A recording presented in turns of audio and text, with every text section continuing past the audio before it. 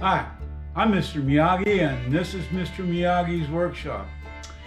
Well, I thought I'd do an update today on the shop and projects coming up. The shop, I've done some major changes in here. Let me span along here. I got rid of a lot of equipment that I had over here. That was a big cutting saw and rollers and such. Still have my bender right there. And then over here, I don't know if you remember, but there used to be a big iron worker, and that's gone. Now that's the place right there for my tire machine and such. And you're probably wondering why I did that. Is that I wanted more room in the shop here, and a lot of the stuff that was against the wall. The cut saw I used, the cold saw I used quite a bit, but the notching machine and the three-ring roller, I didn't use that all that much.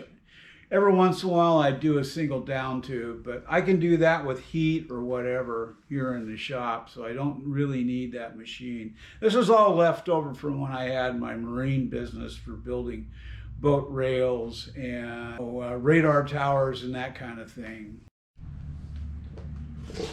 Now, when I had the ironworker over here, I used that a little bit. I will kind of miss it because it was nice for punching and shearing material and bending it when I need it.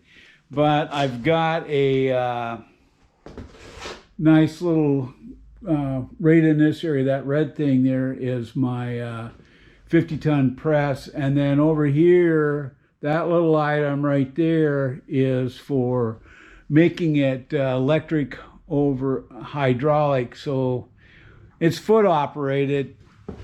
So I can actually have free hands to do it, and then still have my my hand adjustment, because that's a hand pump style one. But anyway, yeah, a lot of that stuff is gone.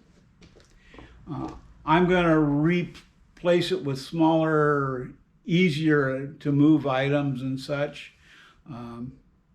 I've gotten rid of a few of my motorcycles that I usually store in here. That last project that we did, the CB350, that one is sold and gone, which really made me happy. This one here, I'm thinking that I may eliminate. The CB360. I don't use it enough. I have my Himalayan Scram that I really like for off-road. I have my old hardtail 81-inch shovel head, and then I have my old 84 shovel that's got shocks. So when I want to ride comfortably, I can go down the road. And those are the, bikes I like to ride a lot. So. I have 3 motors up in the loft that I could do something with. 2 XS650s. One's an old 750 that was set up for racing, but it had it scarred up the cylinder. It was seized up when I got it. I only bought it for $75. And that one was one of the earlier versions that had the smaller wrist pins and such. I thought about taking that one and making it a little bit newer. I've got a newer style crank and all sorts of stuff that I can put in there. And new cylinder would go back to a 650, which to me I think is fine.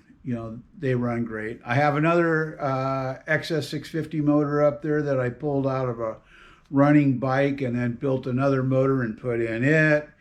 And that one could be gone through. We could bring that down. I also have a CB360 motor up there, a Honda motor, that we could go through. It does have a bent valve, so The valves would need to be replaced on that one. I don't remember what the cylinders and everything look like on it, but that could be gone through.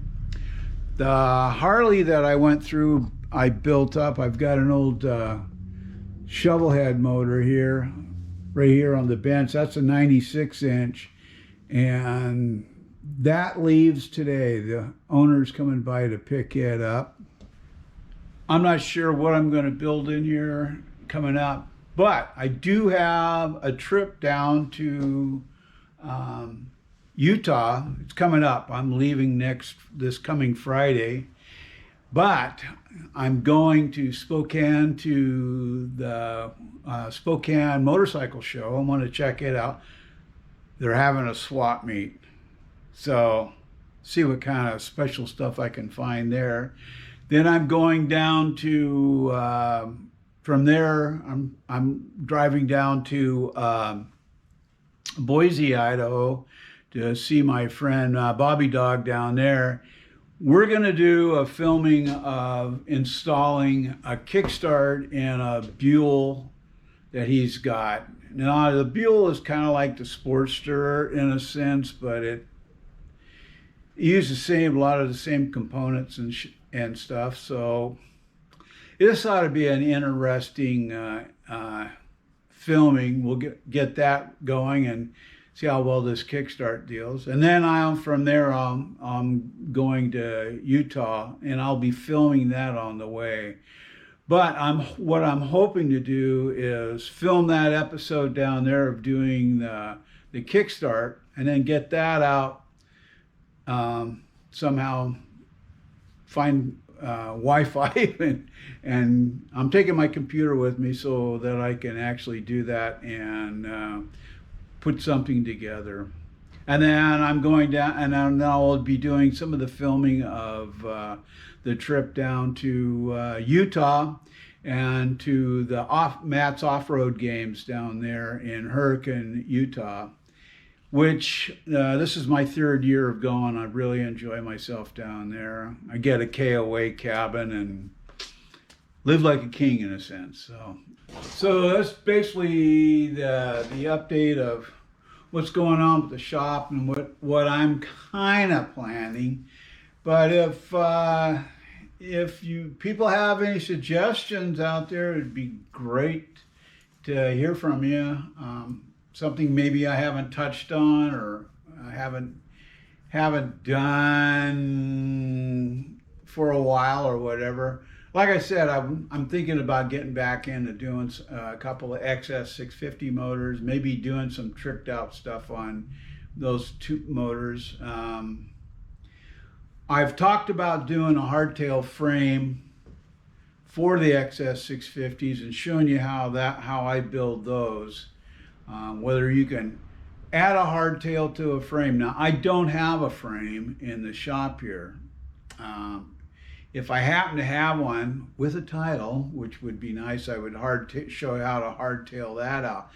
But I'm going to do a full-fledged hardtail frame. I've done them in the past. I've built some pretty nice ones. I've got another idea on how I want to do it.